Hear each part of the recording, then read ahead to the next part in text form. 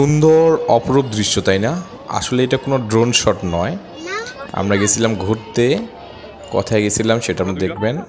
Under wheel, জন প্রতি মাত্র 30 টাকা। আসলে এটা এক্সাইটিং একটা রাইডস, এখানে সবাই উঠতে পারে না। এই যে একদল ফ্যামিলি উঠে গেছে, তো আমরা উঠবো। আসলে ভয়ঙ্কর একটা ব্যাপার, যারা হচ্ছে দুর্বল চিত্তের মানুষ তারা কিন্তু সহজে উঠতে পারবে না। এটা যেন মুভমেন্ট করবে তারা অনেক ভয় পাবে।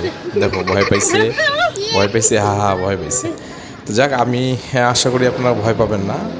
তো আমরা যখন উঠলাম, তো এই রাইডটা আসলেই খুব অ্যামেজিং ছিল, খুবই ভালো লাগছিল। যখন নিচ থেকে উপরে রাইডটা উঠতেছিল অন্যরকম একটা ভালো লাগা কাজ করছে, কিন্তু যখন সেটা পিছনে ব্যাকওয়ার্ডে নামতেছিল তখন একটা ভয় কাজ করছিল, মনে হয় এই পড়ে গেলাম।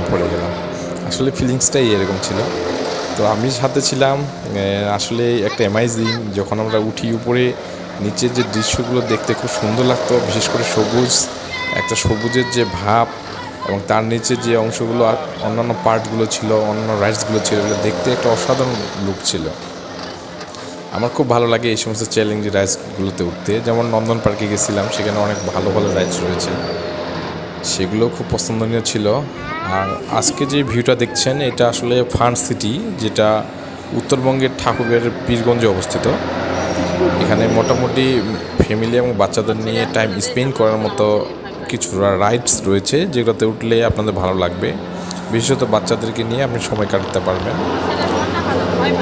তো আমার যারা ফ্রেন্ড সার্কেল রয়েছেন, যারা আমার ফলোয়ার্স রয়েছেন, আপনারা জানাবেন তাদের কেমন লাগে। আসলে ফ্যামিলি নিয়ে ঘুরতে বা কোথাও পার্কে গিয়ে নির্জন একটা সময় কাটাতে অবশ্যই সবার ভালো লাগে, যেমনটা আমার লেগেছে। আমি আশা করব আপনারা সবাই জানাবেন। আমাদের রাইড শেষের দিকেই, আমরা এখনও সবার উপরে অবস্থান করছি। কি কীভাবে নামবো? আচ্ছা, নামার ব্যবস্থা আছে, নো প্রবলেম।